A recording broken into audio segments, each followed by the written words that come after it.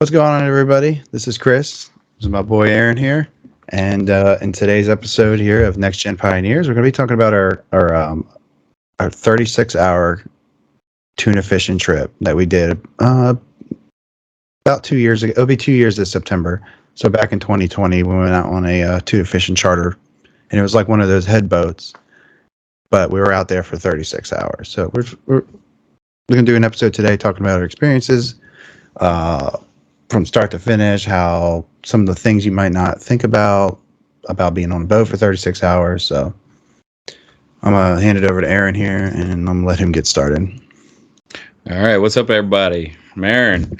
Anyways, we went out on a party boat tuna fishing for 36 hours, canyon trip. It was out of New Jersey, Point Pleasant. Am I mistaken, Riggs? Point Pleasant, New Jersey, Yep. 36-hour trip. It was, there's a lot to talk about with this trip. For one is the preparation for it, because you don't know what you're getting into whenever you see a 36-hour trip. Like, you got to pack your bags. You got to know what to expect when you get out there. And I think Riggs is going to definitely talk to you about how hard it was and all the troubles we had. But it was a great trip. Especially if you're watching this on like a platform where you can see the video. Like, we got pictures back here to where we were very successful. Yep. It was it's pretty much like an open book for fishing wise. You're going to be hooking into some big fish. You're going to be catching primarily yellowfin tuna, mahi. They talk about tilefish. What's that? Yeah, long fin. So, like, primary for the 36-hour canyon trip is you're going after tuna, long fin, mahi, and we even had some guys catch some swordfish while we were out there. Yep. I also caught a tiger shark, 12 foot. Yeah. So, hey, we can't forget about the guy who caught the white marlin. Oh yeah, we did have a white marlin. Actually got it up to the boat. Yep. Well, we'll cover that in a minute. Mm-hmm. But for one of these trips, you got to really think about how you're going to prepare for it. This trip, you were provided rods, you were provided bait.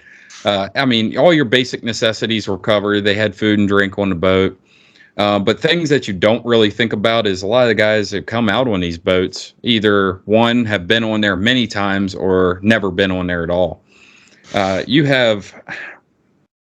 Your preparation for it is rods and gear, things that you're going to bring with you. Pack a sleeping bag. This boat, and a pillow. I forgot my pillow. I had a bad mistake. But you're talking, you're going to have at least one bag per person, and a nice bag and a cooler, and you're definitely going to need a cooler. Especially if you get into tuna. You're talking, we pulled in, I think the biggest one we pulled in was 82 pounds. Well, you're going to want to bring 2 coolers, right? Or at least 2 or 3 coolers, right? So you're going to want to bring a smaller cooler to hold your food and drinks for while you're out there fishing, because they got ice boxes on the boat. So after you catch fish, they're just going to throw them in the ice box. So when you get off the boat, though, you need a bigger cooler. And they're not going to let you bring 2 or 3 coolers on the boat. So it's like a 100-foot boat, and it gets pretty crowded with 25 people by the time they bring in their food coolers, their fishing gear, their sleeping bags, their pillows, all that, the whole 9 yards. It gets pretty packed in there. So, and you're on that boat for 36 hours. So, they provide some food. You can buy food there. They bring a lot of food with them. But best bet is to pack a lot of sandwiches, a lot of snacks, a lot of water, a lot of everything. So, Riggs, like, what do you think somebody who's never went tuna fishing would think about? Like, okay, how do I get there? Like, what like they're probably on the borderline of wanting to go tuna fishing, but they don't know what to do. Like, you could go out and go trolling for a 12-hour and spend $1,200. This trip right now, as we speak, is $480 for 36 hours. The 30-hour is a little bit cheaper. It's $400. And I think the 24-hour is even cheaper than that. And I think it's like $200 or $300 or something. Let me double check that real quick. I don't want to speak out of tongue here. But like what I was saying is like, $370. $370. But like what I was saying, like, a new guy wanting to go out, but just won't press the button. like, how can you convince them to press the button and what to expect from the trip? Like, So I wouldn't like. I like the boat. I like the captain. Captain Bob's a great person. He's the only one that runs these trips for the gambler out during this time. And this is a charter boat that you know kind of what you're doing, and you don't want to spend the $2,500, $3,000 for a sport fisher to go out for the day, or you can't find the people. Like, you got to have a kind of a base knowledge before you guys even go out there. And that's why, like, a lot of good guys do this, is because they can't find other guys to split the cost of a $3,000 sport fisher boat to run it for 12 hours. So this is your best economically sense solution to get out there and catch some really nice sushi grade tuna. And for $480 you're out there for fishing for 36 hours. So and you're not just fishing for tuna. At nighttime you can bring your own rod and reel set up for swordfish, your big cannonball, your big squid jig set up. You can tons of mahi out there, like day and night, catching squid. And I mean, you can catch just about everything once you're out that far. So it's a really unique experience. So it's really hard to pack for this trip when it comes to bringing tackle gear and stuff like that. Yeah, it definitely takes you one trip out to figure out exactly what your method will be coming back the next time. Yeah. And like I said, we were out on the first tuna trip that they were doing, the 36-hour canyon trip of the year. And even Captain Bob said, he's like as I'm fighting a tuna with a slow pitch jigging rod, a 30-pound test, 30-pound leader, and this rod looks like a toothpick. That literally, it was the nickname on the boat, the toothpick. And when I hooked up, they're like, "There's no chance for you to get that fish on board." But even he was saying, he's like, "Look, our first trip out is experimental. We're going to run out. We're going to do that. Like, I mean, I'm sure that they have their own like set course on what's worked in the past. Yeah. But then, after at night, a lot of guys are wanting to, swordfish, and there's a lot of fishing to do. You're not, you're doing just about everything. You're fishing for mahi, you're fishing for everything all at once. But the first get of the trip, I think, is directed at like getting people out there, getting people fishing, and then the next following morning go out and find the tuna grounds. Like, where is everybody at? Yep. Because all those captains are communicating. Yep. But I mean, we had a blast. It was definitely. 36 hours. Granted, you're driving to the place. Like, you might not live in Point Pleasant, New Jersey. So I'm about an hour and a half drive from my house. And I live in Montgomery County, PA. And then, of course, Aaron lives 2.5 hours away, 3 hours. So he made the 3-hour drive the night before. And then we hopped in my truck, and then I drove from here to Point Pleasant, which is like an hour and a half. And then we spent the night at a hotel. So we came down the day before the trip. We went down there, hung out with my one friend from the military, had a few drinks, and then we ended up, getting a hotel. There's a couple of hotels that are right there on the marina that's right there. So, and it's relatively cheap for a hotel there. I think it was like $60 or $70. So it wasn't anything too crazy. A bunch of really nice little restaurants and bars in the area. So it's kind of a low key spot. There's not too many. It doesn't get crowded. There's not a lot of tourists there. But it's a really good spot. So definitely get there a day prior if you're traveling more than like an hour, because I think what time did the boat leave? Like 6? Yeah, it was like 6 a.m. Yeah, like the boat's like pulling ropes at 6 a.m. So you got to be there by like 4:30. Yeah, they're boarding a boat 45 minutes before they even think about starting the engines. Yep. We were there 2 hours before, you said, right? Yep. And there was already a few guys in front of us. My recommendation is, just get on a boat. Like, everybody's going to sort their way out. The way they fish is there is no anchoring up in 1,000 feet of water. It's a drift fish. So the technique for them catching these tuna is they chum on the one side of the boat. So there won't be no rods on one side of the boat. It's just chum buckets and crew guys just chumming that, chumming the waters. And then on the other side of the boat is the side that is the opposite direction you're drifting. And that's where all the rods are dangling. Basically, you're just taking that same piece of chum and you're sticking it on a hook on a conventional reel that they provide you if that's what you want to use. And then you're just hoping that these tuna that will blitz in that slick line are going to hit your chunk of meat that you're sticking down there. Agreed. But it's effective. It's very effective once you get a slick line going in the water. And you can see that slick line. Like, you can see it for miles. Yes, you can. It is very glowy, especially in the sun. Yeah. Brings me to my next point. Bring sunscreen. If you're a pale Irish guy like me, you might want to bring some sunscreen because you're going to get burnt out there. Oh yeah, you're gonna be crispy.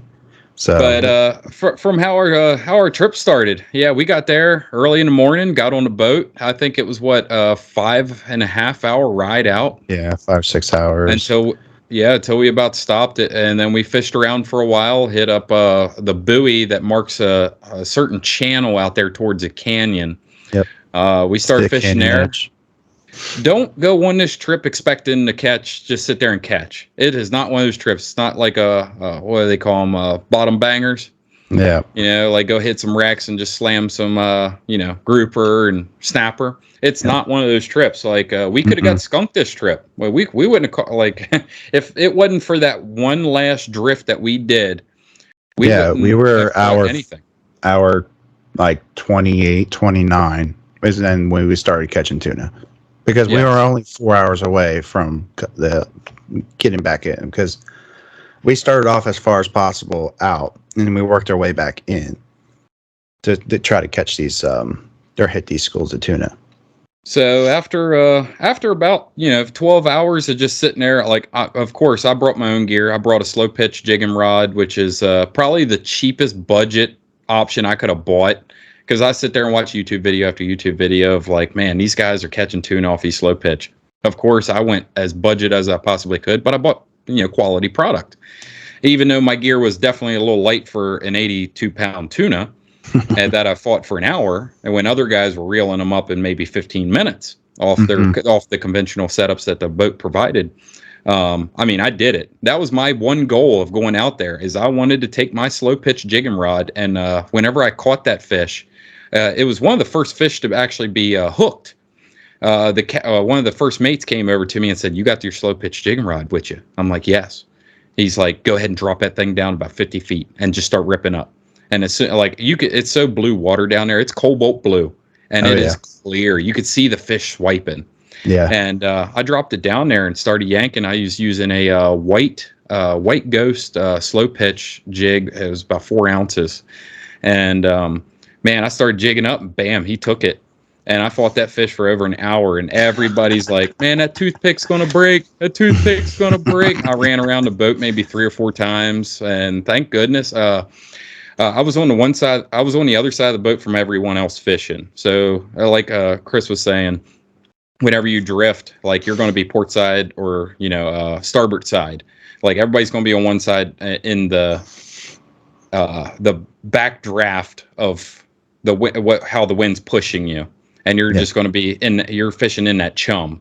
I was on the other side because that tuna took me for a ride. It took about 300 yards of line for every run it would make, and it porpoised a few times, which is yellowfin tuna. If you didn't know, don't really jump out of the water when you're pulling them in, especially from a boat, standstill boat. I even had Captain Bob sit there and say, "Man, that's either a longfin or a big eye." I've never in my 50 years seen a yellowfin jump up out of the water that many times, and it porpoised I think 4 or 5 times, if I'm not mistaken. And I finally landed that fish, and that captain was like, "I have to get a picture with you." And that picture's probably still on that boat today, with this picture in behind me biting that little toothpick of a rod and pulling in that big old fish. But I achieved my goal, and then after I achieved my goal, this is 28 hours into the trip. I didn't catch anything before this tuna bit my line, and then you after caught that tiger shark in that morning. I did catch that tiger shark. That's right. I had another setup that I brought with me. This is one of my recommendations. If you've never been on one of these boats and you never did this type of fishing, go ahead and rent that conventional rod that they give you. I think you do have to rent them for this boat, if I'm not mistaken. It's included with the price, so Let's Okay, it's see. included with the price now. Yep. The food, if you want some like food and stuff like that, bring some cash with you because it's going to cost you a couple bucks. So Yeah, bring a couple extra dollars. You're going to definitely pound those waters. and plus you gotta bring some cash for a tip too. I mean, a tip is expected, especially if you get into them. Those guys are cleaning your fish at the end of the day. Yep. So they carry your crewmates. So yeah, like what Wrigley was saying, I was fishing in the slick with my own conventional rod, and I hooked into a 12-foot tiger shark, and I was successfully brought him all the way to the boat. Mm-hmm. All the first mates were like, "Man, we have no idea what that is." They thought I had a marlin on at first, and then I finally got closer, and I still got a picture today of that 12-foot tiger shark as they cut my leader down close towards the hook. So nothing going to affect that tiger shark and his eating habits. Mm-mm. But yeah, that was a heck of a battle. But yeah, after I caught this tuna, I caught another one probably about 30 minutes to almost an hour later. And while all this is going on, Wrigley's catching his, and he'll tell you his aspect and story about his. Because when you're fighting a tuna, nothing else matters. You're all about, is my drag set right? Am I doing the right thing? Don't let the line. This is the biggest thing. When you hook a tuna, they dive, and they'll most likely try to go underneath the boat, and you're going to have to do some running. But if your line touches that boat, it is like razor blades. It's going to cut your monofilament. I didn't follow the rules on that boat. The rules on the boat say that you got to have a 100-yard top shot when you're braided line. I had like 8-foot top shot. So yeah, I was a bad boy. They put that rule in there for some inexperienced anglers. So if you can prove your worth, they'll let a lot of things slide. Yeah, I think the reason why they do it is because 100 yards of top shot, if you're getting your fish up close to the boat and it's doing runs around the boat, like you'll tangle in with somebody who is like fighting with their conventional setups, and your braid will cut their mono. Yeah. And I think we did have that happen on the boat once or twice with another angler that cut somebody off, and there ain't no fist fights, at least not on this boat that we went on, but it does happen. I was very close to getting. But after I caught my two, you really have to fight for your spot. We had the back corner of the boat, and you really have to be adamant on staying in your spot, because as soon as you walk out of it, it's done. Like, you're going to have to go find a spot.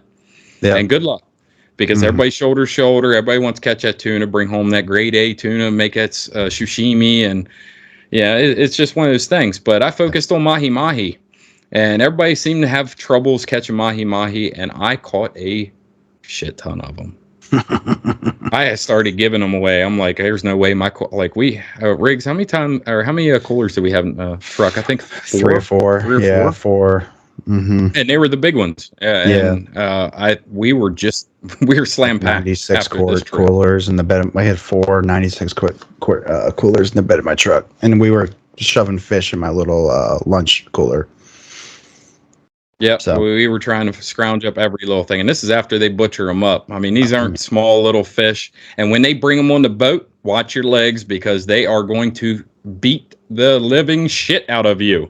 Yeah. And those little yellow fins you see right next to Aaron's face, they're like razor blades. And they're hard as nails. Yep, and they're going. Think of a blood fest. Yeah, if you ever think of like what a factory, a butchering factory is, when these fish get brought up out of there, they are going to kick until their last living breath. Oh yeah, and they're spraying blood everywhere. Because on these boats, so like you're like 15 feet up off the water, they're going to gaff them. They're going to gaff every tuna you get. They're going to gaff pretty much every legal fish you can get, and don't wear clothing that you want to keep. See that shirt in the background? I still have it, but it took about 3 or 4 washes with some bleach. Yep, there's mine. Yeah, there you go. Look at all that. But that was my experience with it, Captain Bob. I put a new memory in his mind. He's going to remember me forever. He's still got my picture of my little toothpick of a rod and pulling in that big old fish. That rod is a Tasami that I purchased off Amazon for about $100. It's a 30 to 60 pound test, slow pitch jigging rod. It has the spiral eyes on it, and then the reel is I can't really remember what the reel is. It's just the cheapest decent reel, slow pitch jigging reel you can get that can hold about 500 yards, a 30 pound test. And if I could pull in an 80 pound tuna, Hey, guess what? It could pull in a striper in Chesapeake, I guess. Oh But yeah, you for have to sure. do that. But anyways, I'm gonna hand it over to Riggs. I've been talking a while, so he's gonna tell you his experience on tuna boat and what how he caught his fish. Go ahead, Riggs. Yeah, so we started getting into the tuna there. Tuna started really blowing up in the chum line, and then like I was getting frustrated because I had three fish on, and they were coming like they were about to gaff it right on the boat or right on the side of the boat there, and then like somebody would come down the line and literally like it. Two times I lost a fish. I had two different people literally cast their line right over top of my line as the fish was coming to the boat. I was like, "What the heck, dude? Like, are you serious right now?" And then like it got to the point where like I started yelling at people. I was like, I got a tuna on. If you come near me, I'm going to cut your lines. Period. End out discussion. You cast over this, I'm not even going to think twice. I'm just going to whip out my blade and I'm going to cut your line. So just be prepared for that. People get petty and stupid on those boats, especially after being like on there for 30 hours. Um, yeah. I mean, I was just going to catch my fish and back off the boat and back off the rail and let people have their get their money's worth. But people are just so selfish that they just could not understand that concept. We got there early. We got our positions on the rail. Those were our positions. And these guys just couldn't stand it. They were just being petty and jealous. And I literally had a guy come stand right next to me, cast over my line with braid. He had braid on. And doink, instantly cut my line. Right, and the tuna's right there on the side of the boat. Guy's about to gaff. Even the crewmate's like, damn. I remember that guy. That's fucked. I was like, yeah, what's fucked is we're about to have a man overboard because I'm about to beat this dude's ass. I don't care if he's 60 years old. Old Karen here is going to have to learn a valuable life lesson on how to swim in a school of feeding tuna. But wasn't that the guy who caught the swordfish and caught his 3 tuna? No, this is an old guy. Now, the other guy is the guy you're talking about. This guy, he caught a swordfish, I think, the night before.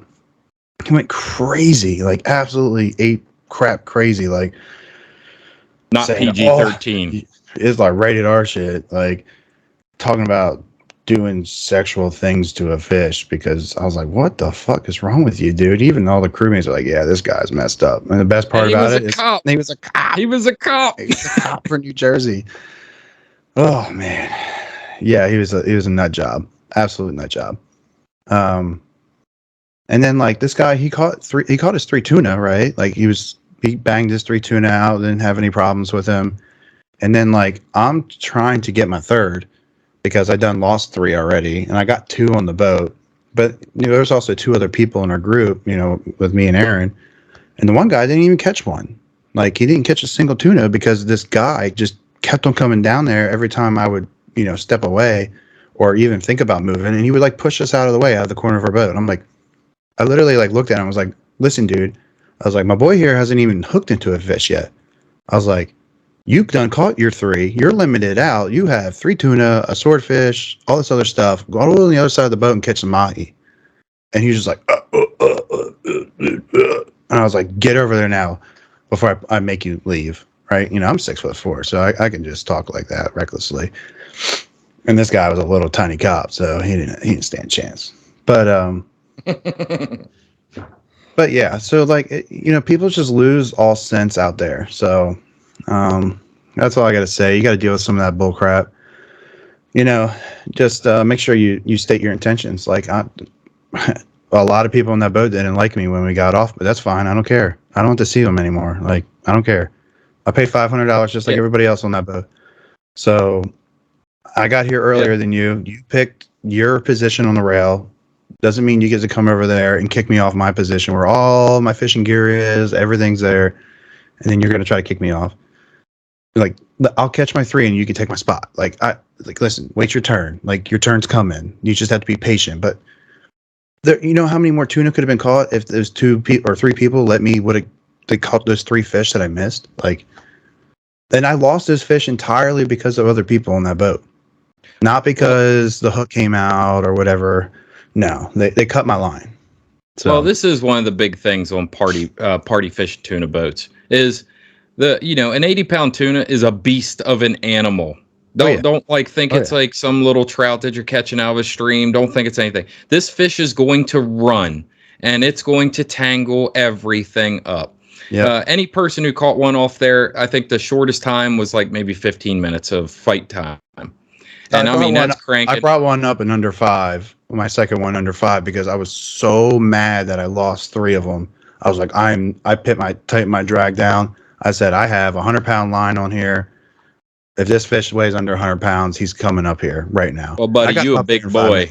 And I heaved on that tuna stick. I mean, it was like a $50 Amazon tuna stick and like a $150 reel, like a 10K or 13K reel. I can't remember which one I used. Well, yeah, with people who brought their own gear, it was a little easier to bring up, an 50s to 60-pound tuna. Yeah, like with those tuna sticks that we brought, this spinning reel setups, you can actually see one in the back of Aaron's picture there. Yep. Kind of. So with those setups, you have more drag. So the conventional reels they have set up maybe have like their star drag system, so they're like 15 to 30 pound drag, if that. I think our reels were, no, I'm sorry, star drags are like 12 pounds. Well, we went out with the Kuma Arzos or Azos. I butchered that name, but they're on Amazon right now for like $400 or something like that. I guess they discontinued them. They were like $140, $150. Yeah. But they had like a 50 or 60 pound drag on them. Yep. And I think we loaded them up full of 60 pound, if I'm not mistaken. I had 80-pound line. Yeah, 80-pound line. Yep. And they bring them up. I brought that 12-foot tiger shark on, which was incredible off that little tuna stick rod that was only 4 foot roughly. Yeah, I manhandled that 75-pound tuna up in 5 minutes though. But I was pretty exhausted afterwards. Like I was putting everything I had into yanking and banking that fish because I was not going to lose another fish because of these idiots on the boat. Which brings me to this, like, all right, so if you're new, like, this is why we kind of brought up as a party boat, like the problems with the party boat, like you're not out there spending, $1,500 per person, six person crew. Nobody's going to hold your hand. Nobody is going to hold your hand.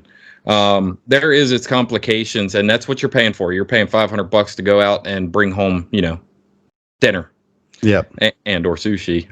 Man, all the sushi I ate on that. Oh my goodness. But anyways, beside the point, if you're a newcomer and you've never went tuna fishing before, I would definitely check his boat out. It's the Gambler out of New Jersey, Point Pleasant. They have a website, you're going to have to book it way in advance. It's not like next day booking, but you got to pack for it, pack a sleeping bag. And for the love of God, take a nap on the boat. Oh yeah. If you're one of those 34-hour guys that's been awake and it's the last 2 hours and we're pounding tuna, you're going to fall over backwards like I was. I couldn't sleep. I can't sleep on a boat. And which is another thing. If you get seasick, honestly, I probably wouldn't even think about this trip because I think we had 1 or 2 seasick people on that trip and they did not come out from underneath the boat. No, they were down there sleeping the entire time. Yep, which is, we're planning on going out this year, and I've got a buddy who wants to go with us, and I don't think he can do it because he's only been out on a boat one time, and he got seasick on that. I told him they do make us wristwatch. It sends electrical pulses up your arm, and it's been highly effective in the medical industry. But you're talking $300, for a tuna fishing trip. So if you don't know if you're seasick, how about you go out on a 6-hour little adventure just to where you can't see offshore? Yeah, go take like a half day or 3/4 day or full day kind of offshore fishing trip. Figure out what you can and can't handle. If you are miserable at the end of an 8-hour fishing trip, then maybe this isn't for you. You have to learn to pace yourself, right? Like you need to balance rest, hydration, food. Like nobody's there to hold your hand and tell you to take a swig of water. Nobody's there to tell you to go eat or go get out of the sun. Like you have to make that conscious decision. So if me and Aaron are out there on like an 8 to 12 hour fishing trip, I'll be out there every single second of the whole day because I know that, on our way back, we're done. We're not, it's only one day. Okay, I know that there's rest and hydration and whatever when we get back. But this is 36 hours. It's a whole different beast than your typical 8 or 12-hour fishing trip. Like, this is a whole nother level. Like, you're out there and you get some serious sea legs, and you have them for a couple of days once you step off that boat. Yeah, Like, don't hop in the shower and take a hot shower. Close your eyes. You are going to eat shit. They still got a scar. You might want to take a bath, sit down, relax a little bit, and get some of that salt out of your skin, because, man, you're out there.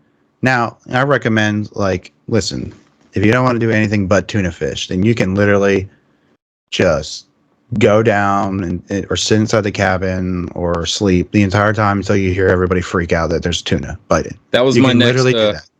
That was my next thing. If nobody else is catching tuna and nobody else is catching fish, why go rest. fish? Yeah, go rest. Mm-hmm. Until you start hearing the screaming these guys will scream. Yeah, because some of these guys can't reel in a tuna. It takes them a while, and you're going to hear them stomping on the deck. And when those fish come on board, you're going to hear it. Especially if it's at nighttime, you're going to hear it, and you're going to wake up, and you're going to fly up there, you bait your rod up, and put your rod in the water within about a minute or two. Oh yeah. So that was my next point. Like, if nobody's catching fish, why be out there in the beating sun? Go sit down, go hydrate, go eat. Make sure you take a nap if you can on a boat. I couldn't, but there is other fish to fish for while you're out there. While everybody was beating fishing. Yeah, while other people were beating up tuna, I was beating up mahi. I caught 2 tuna, and I only got a family of 2 to feed at that time. Now it's 4. But, I caught so many mahi, I was giving them away and filling other people's coolers. Slow pitch jigging rod seemed to be the thing that they wanted to hit, and they didn't want to hit that little chunk bait. They would come up, swim up to it, and they're so fast. Slow pitch jigging rod, you can pull up from like 50 feet in like 2 seconds, especially with that reel and rod combo. And those fish would run up to it as quick as possible, look at it, and then back away. And I'm like, I cannot believe. And that captain's like, pull harder, go faster. And I started doing it. I mean, I looked mental on the back of that boat, ripping that rod as fast as I could. I couldn't move my arms for 2 days. But I think I caught 30 of them, 30 or 40 of them.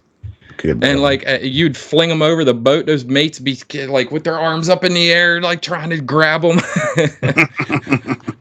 But yeah, bring a tip on board. Those mates, they're out there on the boat with you for 36 hours. They're taking intervals, trying to go to sleep and stuff, but they're also dragged out too. So don't give them too hard of a time. We did, I think the one guy was a little disgruntled, but who knows what he was going on with life. But they were great people. The one that we had a female on board as a crewmate, and she was an elementary school teacher, and she was one tough cookie. Yeah, I'm sorry if I can't remember your name, but yeah, she was a creature, all right. That girl, she cut those dang tuna up so freaking fast. It's like, man, she'd haul her. She picked up 80-pound tuna by the tail and hung it up on the scale, which is, I didn't get the biggest. I was only a half pound off. No, wait a minute, did I get the biggest? No, I was half pound off the top guy. I tried to shove ice in that tuna's mouth, but it didn't work. But yeah, this is our party boat tuna trip. Riggs, you got go ahead and tell what you were going to say. Oh yeah. So basically, this tuna trip runs from the end of September, I think, all the way through October, and then they have November's by case basis because the weather tends to get pretty crappy. So yeah, it's $480. It's the fishing boat's called the Gambler out of Point Pleasant, New Jersey. Captain Bob, great guy, runs it. Amazing dude. Absolutely amazing guy. The crew was awesome. Everything was awesome. There's bunk beds in the front of the boat. Now I recommend bringing sleeping bag because it is canvas bunk beds, so they're nothing special.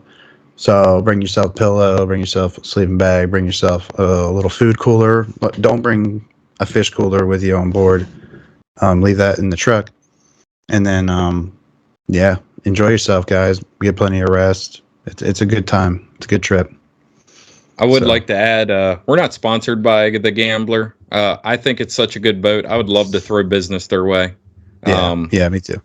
It's a good company, and the captain and the first mate, Captain Bob, he'll probably be the one on the boat. I think they got 2 or 3 captains for that boat. Yep. I think 2. I'm sorry.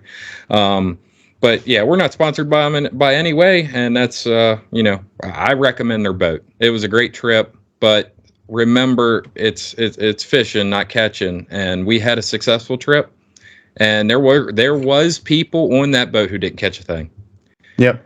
I mean, it could have happened to any of us, but I mean, it is on your tactics and how you present your bait to those fish. Because if your bait is not floating like that chum, those tuna will not grab it. I mean, you got to think on how many boats are out. You pretty much have to free spool it.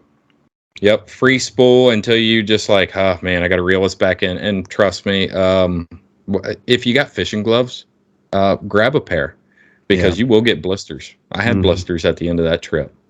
Well, I mean, I got man hands, so I didn't get any blisters, but you know what I'm saying. Oh yeah, man hands from something. Anyways, but yeah, so it's a great trip. I recommend it to everybody. If just take what we said as a true advice. If you get seasick, like real practical advice.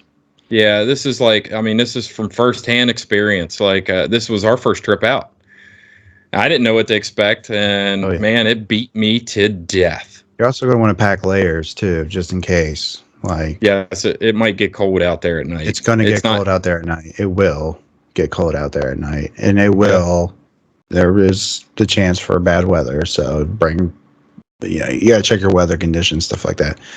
Best thing I can tell you is just bring one waterproof outer layer, bring a couple insulating layers, for underneath that, and then some, like, if it's hot, bring some shorts or whatever. And bring something to change into, like, when you want to go lay down. Like, you're not going to want to be in, like, some salty, wet socks or boots or whatever. You're going to want to just drop your drawers down and hope, wear a pair of nice sports shorts underneath there, and you'll be comfortable. That's the reason to bring a bag on board, is to just for layers. That's just clothing. Yeah. Just clothing. And bring a rag, too. Oh, yeah. You're going to need a rag for your hip. Oh yeah, for sure. You're going to smell funky after that. You better get a shower before you go home. It's going to be a special kind of funk.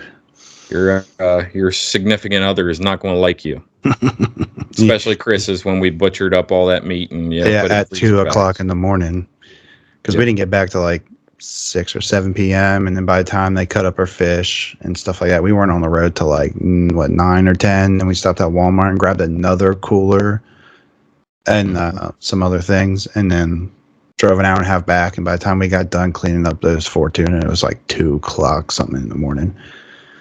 Yeah, after so there was 25 people on the boat. I think the total haul, don't quote me on this, but it was around 60 fish, 65 or 66 fish or something like that. And all this tuna were in that 60 to 90 pound range. Yep. And I mean, a majority of the mahi was caught by me. But yeah, I'm going to gloat about it, because there was people there at the rigs. You were one of them. You were sitting there right beside me trying to catch those little bastards, and they just wanted that slow pitch jig. It's a white, glowy looking. Oh man, that thing worked. That's all right. I still got that bait. I'm going out this year with it. But anyways, let's wrap this up. All right, guys. Appreciate you guys listening, and stay tuned for the next episode. Toodles.